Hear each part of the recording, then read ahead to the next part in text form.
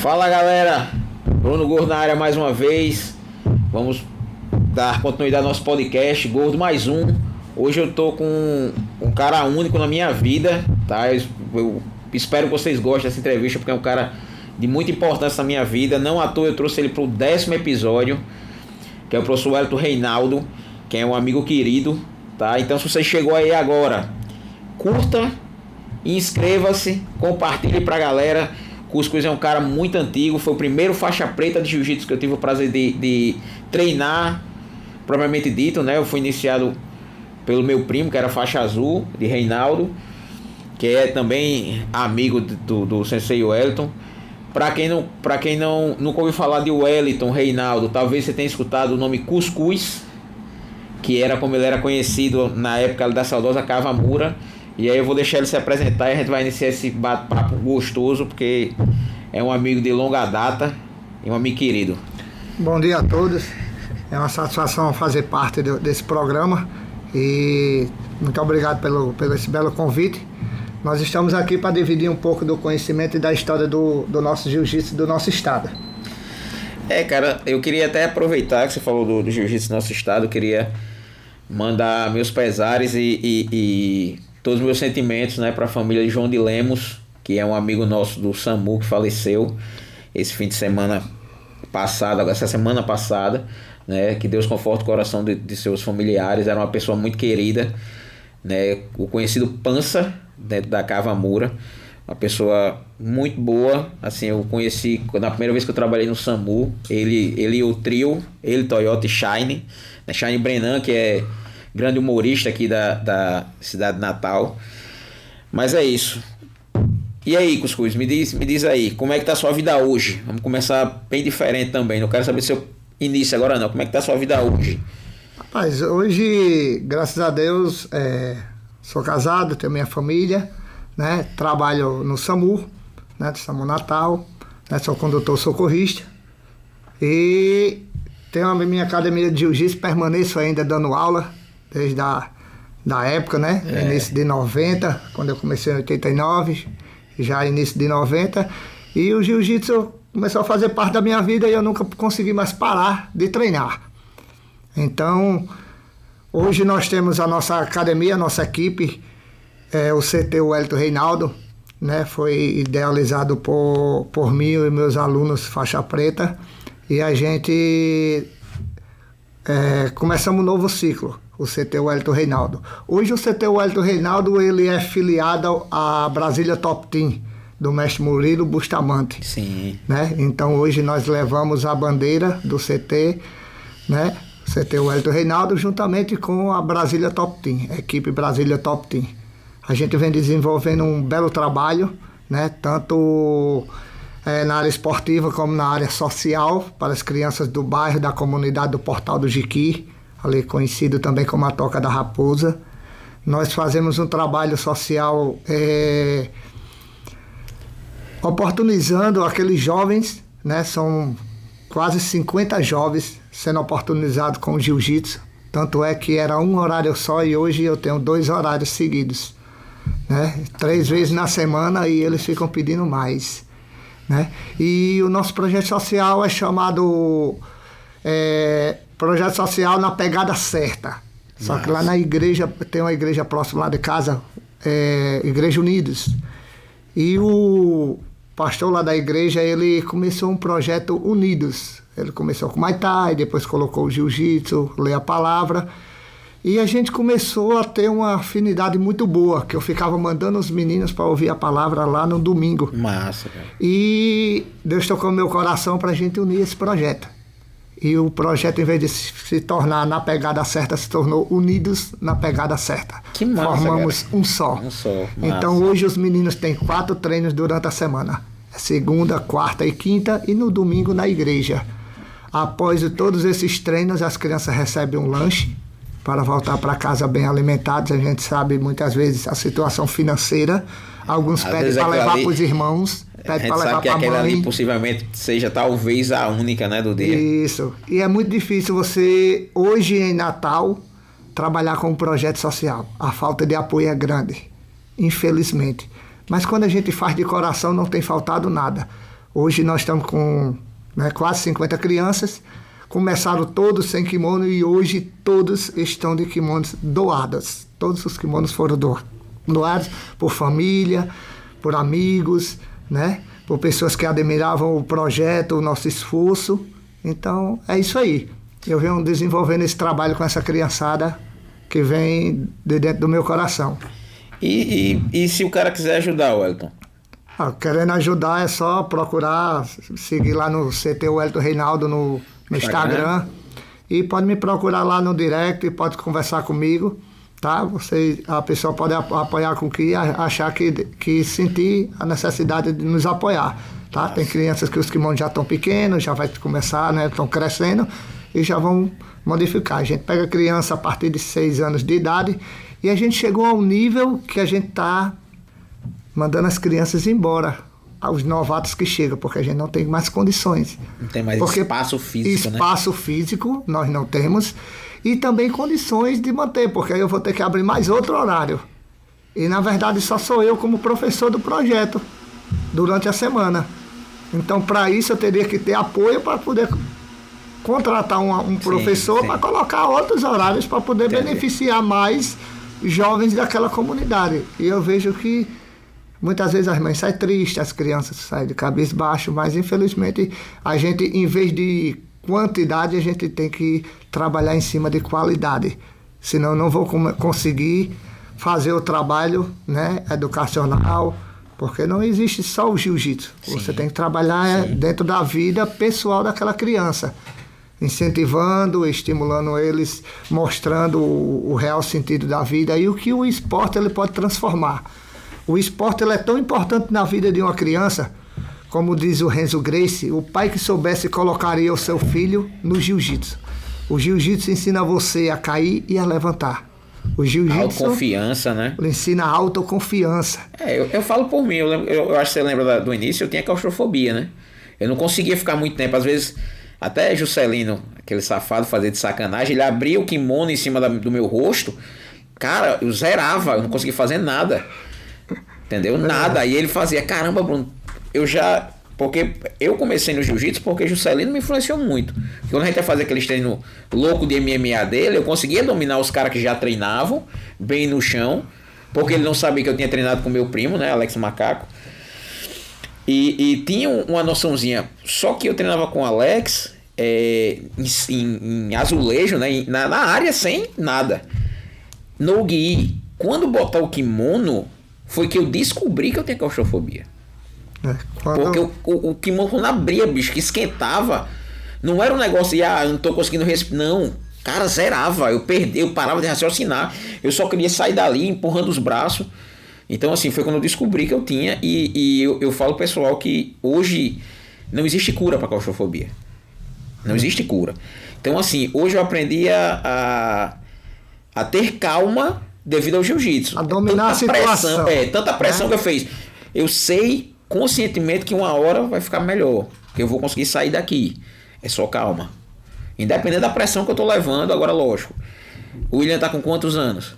O William hoje tem 21 anos. São 21 anos que eu tô no jiu-jitsu. Então, assim, foi muita porra. Foi um tratamento intensivo de 21 anos. E concordo quando você fala com isso, sabe, professor? Que também é até um memezinho do Instagram, essa fala do Renzo. Que, cara, antigamente eu tinha uma mentalidade diferente. Aí, quando eu fui pra educação física, eu vi que eu tinha referências erradas de professores. E eu sempre falava pro pessoal, Bruno, meu filho tá querendo treinar, eu fazia, bota no judô. Porque o judô. Não, meu amigo. Bota no jiu-jitsu, bota no karatê. Procure que o garoto se identifica e coloque ele no esporte. O que é que eu gosto do jiu-jitsu como ser humano? Lógico, ele também me ajudou nesse sentido. Mas eu acho que o autocontrole, tem aquele Paulo Musi, né, que é um médico muito conhecido, meme eterno do Instagram, de quem pratica alguma atividade física. Ele fala que o jiu-jitsu é uma arte gentil. Porque eu vou pegar você numa finalização, mas eu não vou lhe machucar, porque você tem a opção de bater. Verdade. Né? Eu vou lhe segurar ali e vou dizer, olha, aqui eu peguei. Ou você bate, ou eu vou lhe machucar. Mas eu dei a opção de você bater para que eu não lhe machuque. e tem o controle do golpe. Então, assim, é muito bonito o jiu-jitsu nisso aí. E você pegando uma criança e ensinando a ela que ela tem essa disponibilidade, olha, você tem sempre a opção de não fazer o errado. Machucar seu amiguinho é errado. E quando você bota isso com responsabilidade para uma criança, bicho, é outro mundo. Lá no projeto a gente tem algumas crianças e tem um lá que vem se destacando, que é João Paulo. Eu chamo ele de JP. É um jovem de 9 anos de idade. Ele chega, cumprimenta, aperta a mão do professor, fica na posição dele. E eu faço todo o aquecimento, depois eu faço a posição. Ele termina bem rapidinho de fazer as 10, 15 repetições dele de cada lado. E quando eu olho, ele está ajudando ao amigo do lado. Ele está ensinando a bota o pé aqui, gire mais o corpo. Então você começa a perceber o dom que aquela criança vai ter de ensinar, de transmitir, né? Porque existe o jiu-jitsu e no esporte em si existe 2 sentidos, né? Existe o atleta e existe o professor. Tem pessoas que você bota para dar aula, o cara só sabe fazer a posição e acabou-se.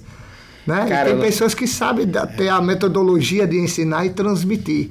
E essa criança vem se destacando. E aquilo ali me chamou um pouco a atenção, que quando eu era jovem, em 91, o mestre Bando Cavalcante, ele me colocava para puxar os aquecimentos. E os adultos ficavam um pouco chateados, porque eu era menorzinho, eu era pequeno, né? Novo. E eu ficava ali à frente. E ele já começou a me preparar a questão de dar aula, né? Tanto é que eu costumo dizer, e eu digo aos meus alunos, eu nunca fui um atleta de ponta. Eu sempre fui intermediário. Competia, participava, ganhava, perdia. Mas sempre gostei de dar aula. Tanto é que quando eu morava no Jiqui, eu passei 1 ano morando no Jiqui, e saía todos os dias de 1h da tarde de bicicleta para Candelária e voltava de 11 da noite. E quando foi um dia, os amigos lá da rua me seguraram na esquina, pegaram minha bicicleta e foram olhar o que tinha dentro da minha bolsa. E descobriram que tinha um kimono com uma faixa azul lá dentro. E eles disseram, você faz o quê? Eu disse, jiu-jitsu. Aí ele disse, a gente desconfiou que você saía todos os dias e só voltava de noite. E a gente tava doido para saber para onde você ia. O que é que você tava fazendo? E aí os meninos faziam lá na época no Jiqui, como você lembra, era muito capoeira, né? Tinha Anjinho, né? Isso. Quebreno. Começou com assim, Alex. Eu acho que era Iranilson. Iraí, não? O mestre Iraí. Era assim, que era dentro daquele pequenininho, que hoje é o conselho de mães. Conselho de mães. Caramba, bicho, eu lembro que era um quebra-pau ali. Mas era realmente capoeira, tanto que hoje, se você for falar de esporte mesmo assim, a gente teve quem ali? Mestre Chito, que nunca foi mestre. Mestre Leveza, que é Nenê, que nunca foi mestre. É uns caras que tem uma história, lógico, uma história grande dentro do jiu-jitsu, né? Final do Chito, que Deus o tenha. Mas eram muito respeitados pela capoeira. O Jiqui sempre foi referência em capoeira, né? Sempre foi a referência. Aí, quando os meninos descobriram, aí começaram aquele negócio. Mas tu é maguinho, eu vou lhe pegar, vou. Então a gente ia pra casa do Luciano e Alessandro ali no Jiqui, a gente levantava as camas, encostava e ficava cerâmica, quando você falou aí da cerâmica, e aí a gente ia rolar, né? Era a brutalidade deles contra a minha técnica, eu pesando 50 e poucos quilos na época, né? Queixão nunca teve menos de 70 na vida dele. Nunca. Me apertava que eu dizia, eu vou morrer aqui embaixo. Ele fez um escorpião vermelho no braço, acho que antes dos 20 anos o bicho parecia aquele preto africano. Tão grande que ele ficou. Então, assim, o meu trabalho de dar aula verdadeiramente iniciou lá no Jiqui assim, através desses pequenos desafios dos meus próprios amigos, que aí eu finalizava e os meninos começaram, vamos me ensinar. E eu dizia, mas não tenho estrutura. E um dia, juntamente com um amigo, ele me propôs colocar uma academia lá no Serrambi. Ele era até aluno lá da Kimura. E ele disse, eu monto toda a estrutura, só quero que você dê aula em um outro horário. E aí o que entrar para você fica de mensalidade, e a minha parte eu fico. Eu digo, tá bom, então vamos. Já que você vai montar a estrutura. Ao passar de 2 anos ele desistiu e veio me vender toda a estrutura de lona, raspa de borracha, né? Os tatames antigamente eram feitos de raspa de borracha, né? Já os tatames modernos, porque os antigos mesmo eram de palha de arroz. Palha de arroz. Era bom, não existia alergia, né?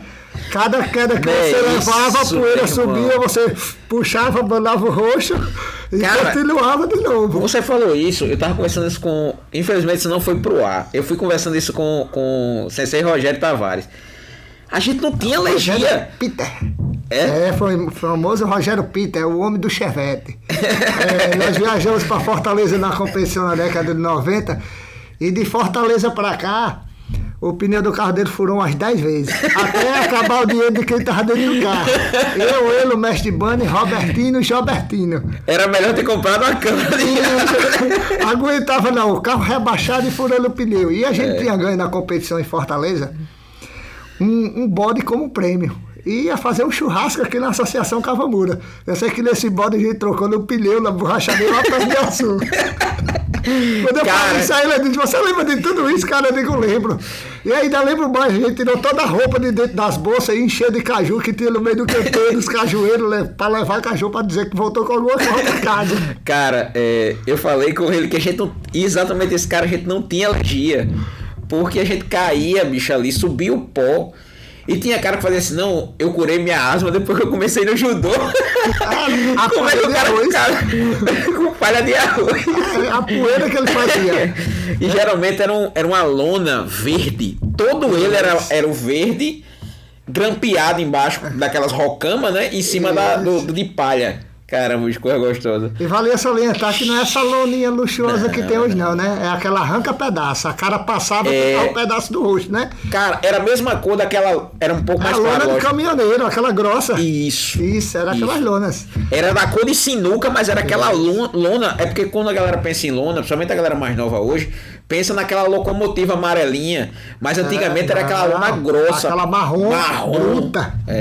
Bruta. A gente lá em Candelária, a gente montou o primeiro tatame de lona fixa, né, de raspa de borracha, e a gente comprava aquelas velas 7 dias, 7 noites para tampar os buracos dessa raspa, esfregando em cima da lona para diminuir a quantidade de kimono que rasgava, que ela rasgava tanto o nosso rosto, os pés, os dedos dos pés das mãos, e os kimonos rasgavam, não aguentava, a bicha parecia uma lixa. Então o mestre Bando disse, não, vamos passar vela 7 dias, 7 noites para tampar os buracos, para melhorar um pouquinho. Pra poder... porque antigamente kimono era um produto de luxo. Mas hoje ainda Wellington. Mas é porque na época a gente usava saco de arroz. Mandava fazer kimono de saco de arroz. Eu lembro. Né? Eu lembro. Então assim, kimono era instrumento de luxo. Até porque aqui em Natal você só existia aquela... Só tinha Nippon era Keiko. Era Keiko, Nippon.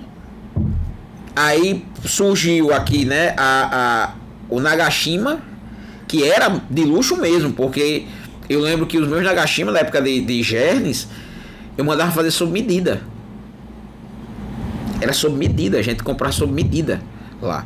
E tinha a linha Jiu-Jitsu e tinha a linha Judô. Era específica do Nagashima. Não, você treina o quê? Judô, Jiu-Jitsu, não, Jiu-Jitsu. Aí o de Jiu-Jitsu, cara, eu lembro como se fosse eu botava ele no chão. Ele ficava armado e tão pesado. O produto era bom. Era. Os kimonozinhos aí fraco. Não vale nada.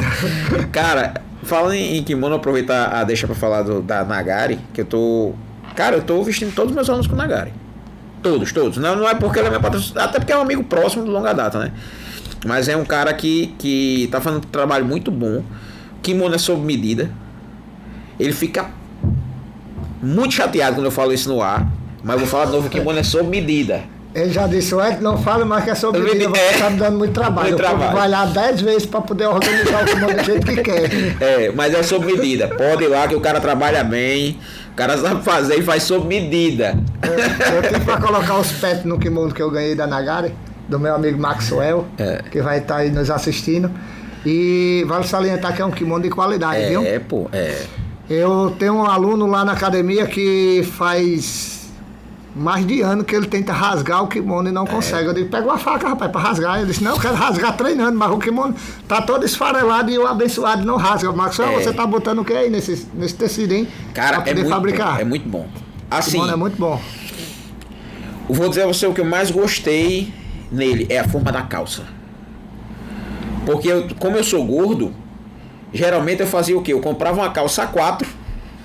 Diminuía o tamanho. Diminuir o tamanho. quase 2 palmos de perna a menos e o miserável rasgava. Por quê? Porque, como era para um cara alto, a proteção ia para depois do joelho. Entendeu? Quando eu fui para Maxwell, que Maxwell fez o meu, por isso que eu digo que foi sob medida, né? Ele fez, Bruno, como você é mais baixinho, mas é mais largo, tal, não sei o que. Cara, ele fez o kimono da época que eu tinha 80 quilos. Kimono confortável, coladinho no corpo, tal. Padrão competição. E eu até falei, não precisa fazer, pode fazer folgado, que eu sempre gostei. Eu acho que você lembra. Eu nunca tive problema com o tamanho de kimono, 2 dedos. Não, meu irmão, eu comento isso até hoje e acredito que vou morrer comentando isso. Cara, se o seu jiu-jitsu depender de um kimono ajustado, fechado, com a pegada na medida máxima para passar ali, o seu jiu-jitsu é um lixo. Eu amo meu kimono com as minhas lapelas grandes e minha faixa tem que bater no meu joelho. Que é pra usar. Se não. Exatamente. Cara, eu queria aproveitar, que você contasse um pouco, cara, porque muita gente não sabe, mas quando o Sensei Bunny saiu de Natal, você foi morar com ele um tempo em Brasília, que eu lembro que você foi, exatamente quando você voltou preta. Queria que você contasse um pouco como é que foi essa vivência lá com o Bunny. Você foi direto para Brasília com ele ou você ainda passou quando ele estava em Salvador? Porque ele teve uma passagem em Salvador, né? Foi, a passagem dele foi repentina, ele saiu passando de algumas cidades, passou por Salvador e depois foi para Goiânia e depois chegou em Brasília. Quando lá ele conheceu o Sandro Bala e o Júlio Pudim. São referências no esporte, na época da luta livre, né? O jiu-jitsu sem kimono, que era chamado antigamente luta livre. Então ele conheceu os meninos lá, né? Essas 2 referências em Brasília. E logo após ele se estabelecer em Brasília, após um ano e pouco que ele passou por lá, que ele já estava com sua academia própria, a gente se comunicava mais por carta através da mãe dele, né? A saudosa Exaltina, em memória também. Então o mestre Bunny, ele se comunicava comigo comigo com os demais alunos dele através de carta. E quando foi um certo dia, o telefone lá de carta tocou e era ele. Começou a conversar, eu fiquei muito feliz, né, que eu treino com ele desde criança. E era e é minha referência no jiu-jitsu. Eu costumo dizer aos meus alunos que tudo que eu sei, que eu aprendi com ele. Não tive outro mestre, não tive outro professor. Hoje faço parte de uma outra equipe. Sim. Mas a minha referência é o mestre Bunny Cavalcante, tá? E um jiu-jitsu de alto nível. O nosso jiu-jitsu aqui do estado era o 4º melhor do Brasil. Perdia somente para o Rio de Janeiro, São Paulo e Manaus, tá? E em 4º lugar vinha o jiu-jitsu do nosso estado. Tanto é que nós tivemos muito cedo aí muitos campeões mundiais, né? Verdade. Que é o Gustavo Maguinho, o Fábio Holanda, os meninos da Combate Real, depois veio o Leonardo Peta, veio outras referências também de outras academias, né? Então... Eu gosto muito de lembrar, né? E foi um dos motivos de eu trazer Sensei Rogério, porque numa época que não existia brasileiro, eu até brinco com a galera, não, mas ele não foi campeão brasileiro não, eu digo foi. Ele e Ricardão foram campeões brasileiros. A Copa Company e a Copa Cantão, que os dois correram e ganharam junto com o Bunny, era a referência de brasileiro da época.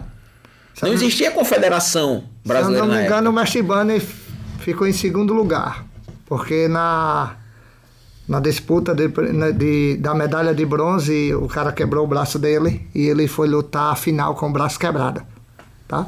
E mesmo assim lutou até o fim, perdeu por pontuação. Entendeu? E ele sempre dizia assim, até o último suspiro eu não desisto nunca. Ele nunca desistia. Então ele era uma referência. Não à toa que o próprio Renzo tem, vira e mexe. Eu até falei com o Renzo, eu fiz, Renzo, tal dia, tantos anos, vai ser um ano de morte de Sensei Bunny e tal, você tem como mandar um vídeo conversando com ele e tal. Eu vou fazer, vou postar no meu Instagram e você copia lá. Eu digo, tudo bem, sem problema. Entendeu? É um cara até acessível. Assim, da família Gracie, ele, se brincar, é o mais acessível. Se você falar com ele no Instagram, ele responde. Os outros nem tanto. Talvez até porque não movimentem tanto o Instagram. Mas um cara, o Elton, que conversa comigo direto, que até perguntou, que eu vou até depois conversar com o meu produtor, se tem como a gente fazer uma entrevista, uma entrevista de vídeo com ele aqui, né? Sensei... Cara, vai dar um branco agora o nome do cara, eu não acredito. Que foi quem criou o Rio Heroes, cara. Que foi aluno do Marcelo Beringer. Não. Cara, me deu um branco, mas o cara é sétimo grau também, vai para o oitavo agora, sabe? O mestre Bano Cavalcante, né? Ele tinha portas abertas na casa dos Greys. Ele tem estadia. Rogério falou que vocês ficavam na casa do Renzo, né? Isso. No apartamento. Ele falou, não, a gente ficava na casa do Renzo, pô, dentro do apartamento dos caras. Quando não tava lá, porque tava muito lotado já, ele já botava a gente na casa de um primo. O mestre Bano, ele era um cara de um HD diferenciado. Ele pensava à frente de todo mundo. Quando você pensava em fazer algo, ele já tinha feito. Ele deu para mais de 6 viagens ao Rio de Janeiro para conseguir fundar a FJJRN, aqui no estado. A terceira federação do Brasil. Né? Tem a do Rio de Janeiro. Tanto que o nome dele aparece como membro fundador da CBJJ. Pô. E ninguém reconhece isso. A nossa federação daqui do estado, a FJJRN, a única federação filiada à CBJJ, ela foi fundadora da CBJJ. Então ela tem um respaldo muito grande dentro da Confederação Brasileira. Quando muitos atletas aqui em Natal iam competir lá fora e eram barrados, ligavam para o mestre Bani lá em Brasília, e o mestre Bani, com um coração amplo, como ele sempre tinha, e queria a evolução do jiu-jitsu. Ele não era um cara de bandeira, ele era do jiu-jitsu, ele gostava de ver o jiu-jitsu evoluir, ele liberava que aquela galera lutasse, competisse, ganhasse, postasse suas medalhas, homenageando a sua academia, a sua equipe, né? Mas ele via o jiu-jitsu crescer. Então, o nível do nosso jiu-jitsu aqui do estado é um dos melhores. Nós temos atletas muito bons. Cara, eu tava mostrando ao meu menino um dia desse.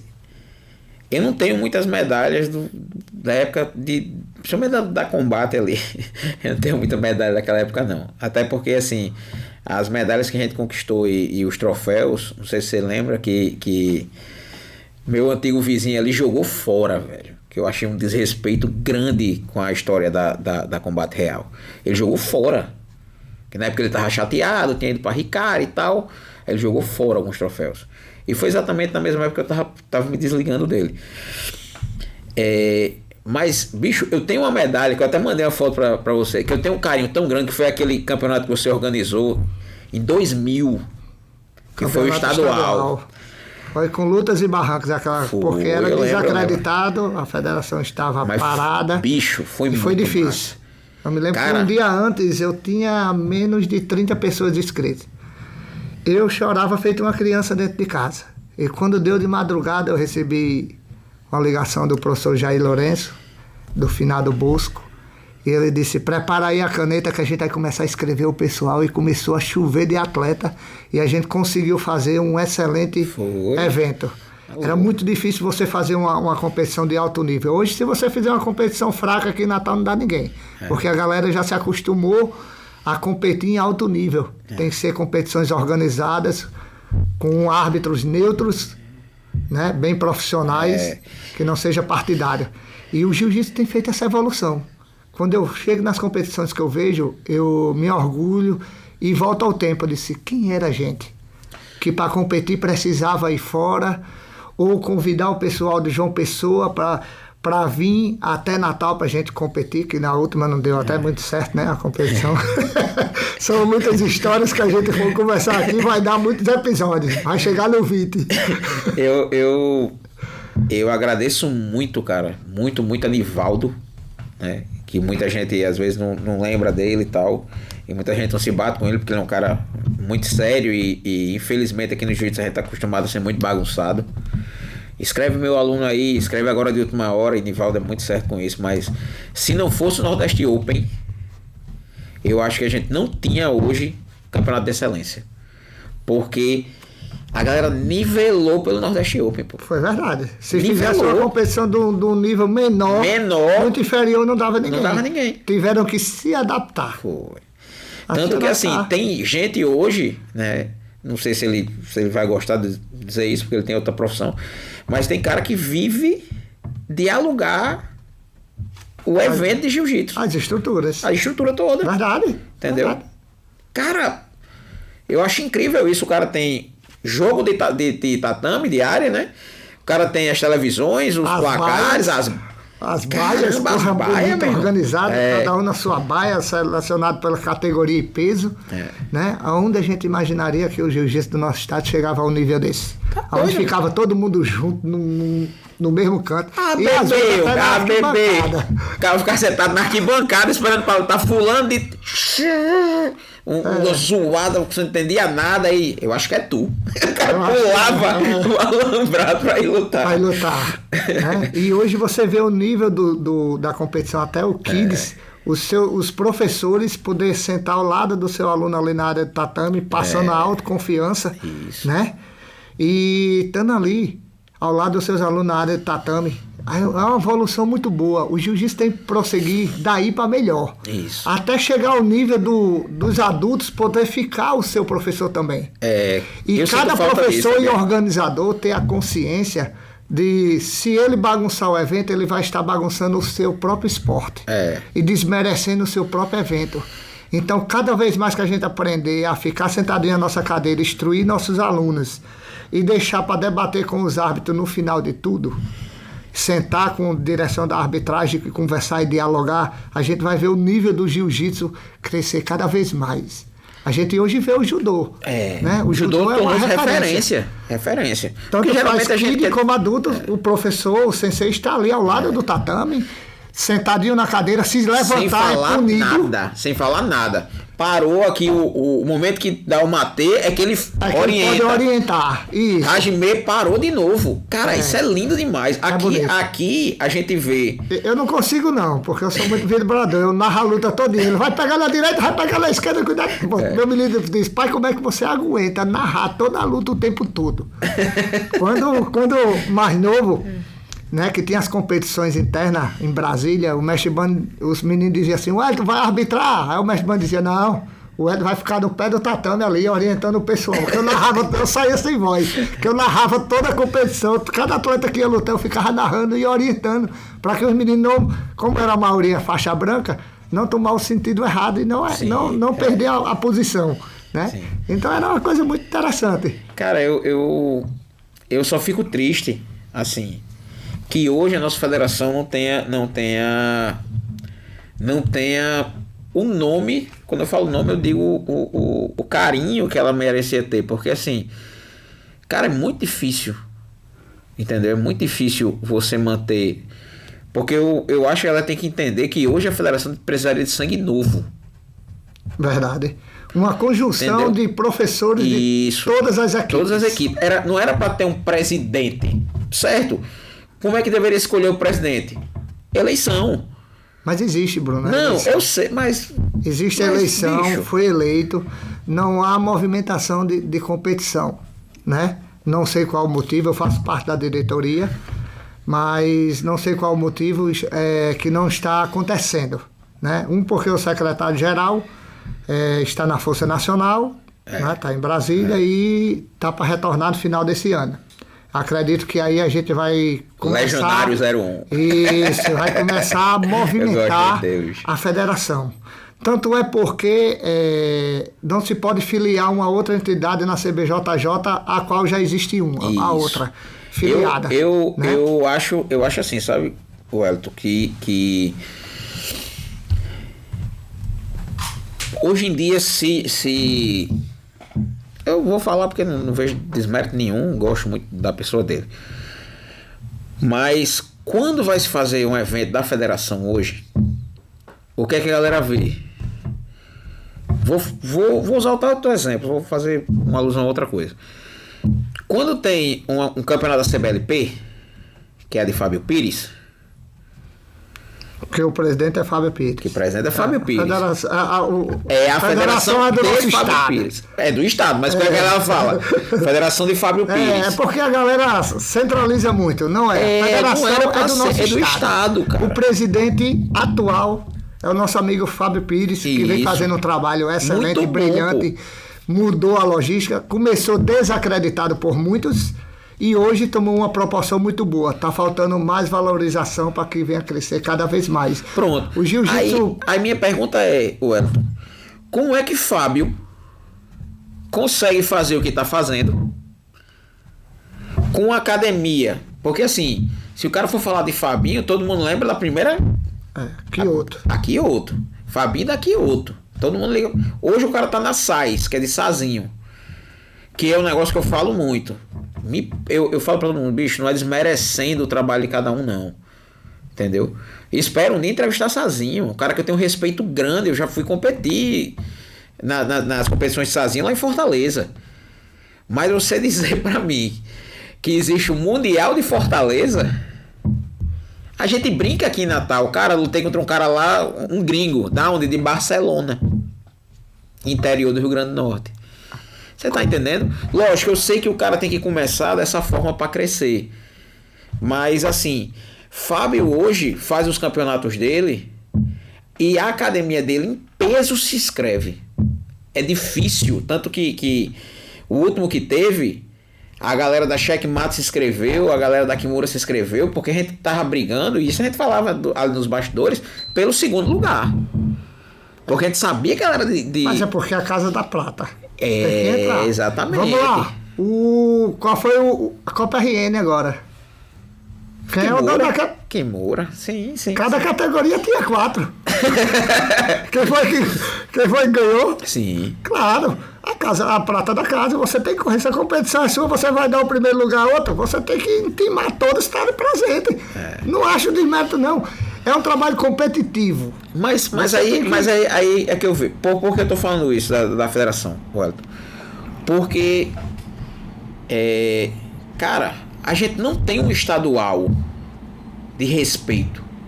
Entendeu? Quando a galera organiza o estadual, lógico, eu entendo também a questão da logística. Por exemplo, eu gostaria muito, Bruno, gostaria muito de sentar com a diretoria e fazer, olha, eu vou começar, eu não vou começar pela Checkmate, que é onde hoje eu faço parte. Eu vou começar com meus alunos, eu vou escrever os meus alunos. E eu acho que se todo mundo tiver essa mentalidade, meu irmão, vamos escrever? Vamos. Agora vamos fazer um negócio? Vamos botar árbitro. Vamos fazer arbitragem. Meu irmão, a dificuldade de fazer um curso de arbitragem aqui no Rio Grande do Norte. A CBLP, ela está exatamente, visitando academias e fechando parceria. É o que eu tô falando. Para fazer um trabalho de clínica de arbitragem bem... Por que eu falo isso, importante. Por que eu falo isso? Cara, a gente sabe quem são os árbitros aqui de Natal. E a gente sabe, tem árbitros aqui que a gente faz. Meu aluno luta na área do cara. Meu irmão, a gente é macaco velho. A gente sabe que o pobre do súmula não consegue dominar todo mundo. Quando eu vejo que o árbitro central é um pilantra, eu olho pro meu menino e falo, chama o cara pra ir pra aquela área. Ele diz que o cara mandou ir pra aquela área. E meu menino chega na cara dura, pega o cara assim, ei, mandou ir pra aquela ali. Eu não mando ele mudar de área porque a outra área é meu amigo. Não é isso. Realmente você tem que instruir seu aluno a lutar e não deixar na mão do juiz. Ele tem que ganhar pelo mérito dele. Mas, cara, se cai no juiz, que ele seja imparcial. E aqui em Natal, a gente sabe que tem muito árbitro que não é, pô. Uma vez a Denome Mestre fez uma competição e eu fui árbitro de uma final. E era um aluno do professor Fábio Cantarelli, da Cavamura, né? Que é BFC, e eu fazia parte da BFC, contra um aluno da Kimura. E na final, eu terminei dando a vantagem final para o atleta da Kimura. E quase que eu fui crucificado pelos caras da minha equipe. Porque eu não dei a vantagem pro cara da minha equipe. Eu disse porque ele não mereceu a vantagem. Bicho, mas você tem que entender que a gente é da mesma equipe. Você tirar o primeiro lugar da nossa. Eu disse, não, ali dentro eu não tenho bandeira. Ali dentro eu sou um árbitro. Árbitro de jiu-jitsu, exatamente. Então eu sou imparcial. Mas é do ser humano. Tem ser humano que é muito partidário. Então a gente não é muito legal nem a gente entrar nesses requisitos. Nós já conhecemos de coisa salteado as pessoas. Né? Mas aí eu acho que é assim, se a gente abre um curso de arbitragem, caramba, quantos pretos a gente não tem aqui em Natal, pô? Muitos. Se a gente abre um curso de arbitragem e a gente possibilita que outras pessoas sejam árbitros e recebam por isso, esse tipo de cara vai ter que ser o melhor árbitro, vai deixar de ser safado, porque ele não vai ser mais chamado. Precisa, na verdade, oportunizar. Capacitação já houve e sempre há, né? Tanto da FJJRN já teve clínica de arbitragem, que o próprio coordenador da arbitragem é o nosso amigo... Iranilson? Não, Caneta. Sim, Caneta hoje, né? Que eu esqueci agora o nome dele. Marcelo Ferreira? Marcelo Ferreira. Tem meu sobrenome também, Ferreira. Então, uma pessoa muito boa, Caneta, de um coração maravilhoso. Tenho uma admiração muito grande por ele, ele é um grande profissional. No que faz, ele faz perfeito. Cara, então, eu só comentar um aqui, pra gente terminar, que já tá dando o horário pra gente não estourar. Cara, Caneta falava, acho que muita gente sabe que eu fui daqui em Muri. Caneta dizia um negócio: olha, se cair na minha área, ganhe, porque se eu tiver que deixar, se a decisão for minha, se empatar 0-0 e a decisão for minha, eu dou pro outro cara. Que é isso? Não quero saber. Os caras podem falar tudo, mas que eu tô roubando, não vão falar não. Vai, Ele é muito justo nesse sentido. Quando eu vejo um cara dizer assim: rapaz, Caneta roubou uma luta minha, eu já faço: bicho, de jeito nenhum. Perdeu. Eu rapei na minha cabeça: esse bicho perdeu. Porque Caneta não rouba. Ele não faz. Ele é muito certo com as coisas dele. É um cara que a galera fala muito mal, cara, mas eu gosto muito dele arbitrando, é Kennedy, cara. O careca baixinho. Cara, ele arbitrou uma luta de João Paulo com outro menino lá. Com o filho de Zaga. O Kennedy é um menino que é da aeronáutica, né? Um branquinho. Isso. É um sub. Meu menino dá uns treininhos com ele lá na base. Meu irmão, muito base. Bom. E aí, Wellington, faça seus agradecimentos. Rapaz, quero agradecer primeiramente ao Gordo Mais pela essa oportunidade, né? De dividir uma amizade sincera, verdadeira, de muitos anos. Independente de bandeira, independente de jiu-jitsu, nós somos amigos ali daquele bairro do Jiqui, né? Uma infância maravilhosa, que temos muitas pessoas de bens ali no meio entre nós, não é verdade? Então, assim, quero agradecer também a Deus por essa oportunidade maravilhosa. Amém. A galera da minha equipe, do CT Wellington Reinaldo, que sempre está ali, né, comigo, apoiando. E também a garotada do meu projeto social, que são uma nova geração que está chegando com força total e muita dedicação. E a gente vai ouvir falar muito nessas crianças aí. Que massa, cara. Tá? Deus abençoe. É isso aí, só agradecimento. Não tem nada o que questionar, só agradecer. Amém. Pois é, galera. Só antes de encerrar, eu queria agradecer a uma pessoa também muito especial no meu início de jiu-jitsu, né? Como eu já falei, o Wellington foi meu primeiro professor. Mas teve um cara também que tinha muito carinho por mim, que é Doca, que eu conheço o cara há mais de 23, 24 anos, que eu era muito amigo do irmão dele, mas eu não sei o nome de Doca. Evandro, pronto, descobri hoje. Eu tá lá no Instagram, você não vê uma foto dele, ele só segue um pouco, mas não bota nada. Doca, cara, é um cara muito especial. Galera, muito obrigado mais uma vez. Queria agradecer meus patrocinadores, tá? Sem eles isso aqui não seria possível. A galera sabe que é muito difícil.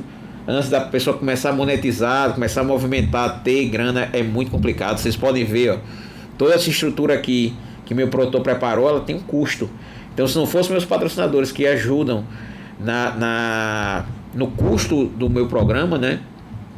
Pagando, a gente não tava aqui. Então, agradeço muito a todos, tá? Não vou ficar citando nomes de todo mundo, mas estão aí. Então, eu sempre coloco aqui no vídeo as pessoas que me ajudam. Muito obrigado mais uma vez. Galera, se você ficou até aqui, se inscreve no canal, curta esse vídeo, comenta, compartilha com quem conhece o Wellington, quem curte o jiu-jitsu. E vamos lá, galera, nessa luta. Valeu, meu filho. Valeu, Brunão.